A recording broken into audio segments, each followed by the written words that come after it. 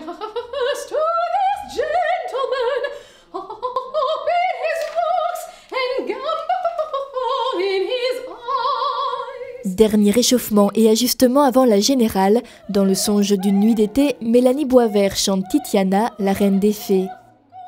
C'est un opéra vraiment humoristique.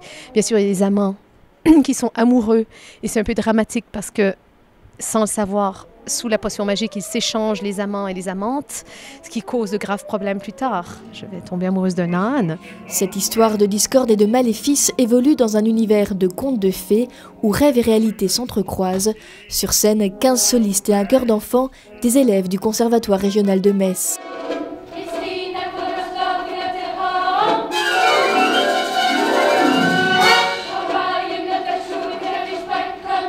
C'est un casse-tête chinois au départ. Il y a donc ces 4 histoires à résoudre avec une quinzaine de solistes dans des mondes différents également. Le monde d'Oberon et de Titania, c'est le monde des fées.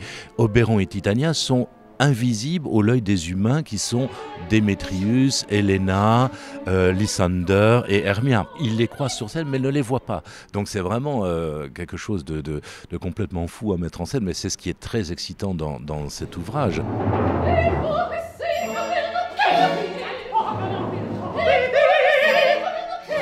Cette œuvre de Shakespeare, c'est le Britannique Benjamin Britten qui l'a adaptée à l'opéra en 1960. Il y mêle des styles musicaux très différents, allant du baroque à l'expressionnisme, mais le texte, lui, reste le même, pour le plus grand bonheur de ses interprètes.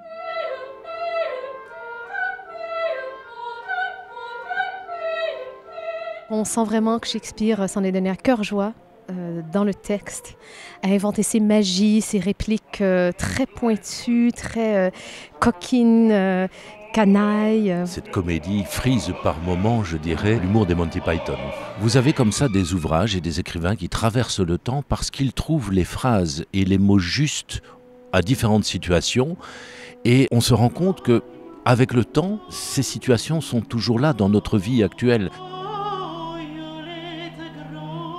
Cet opéra ouvre un cycle d'hommages dédié au génie shakespearien. Théâtre musical, ballet et même projection de films animeront ces prochaines semaines les planches de l'Opéra Théâtre de Metz.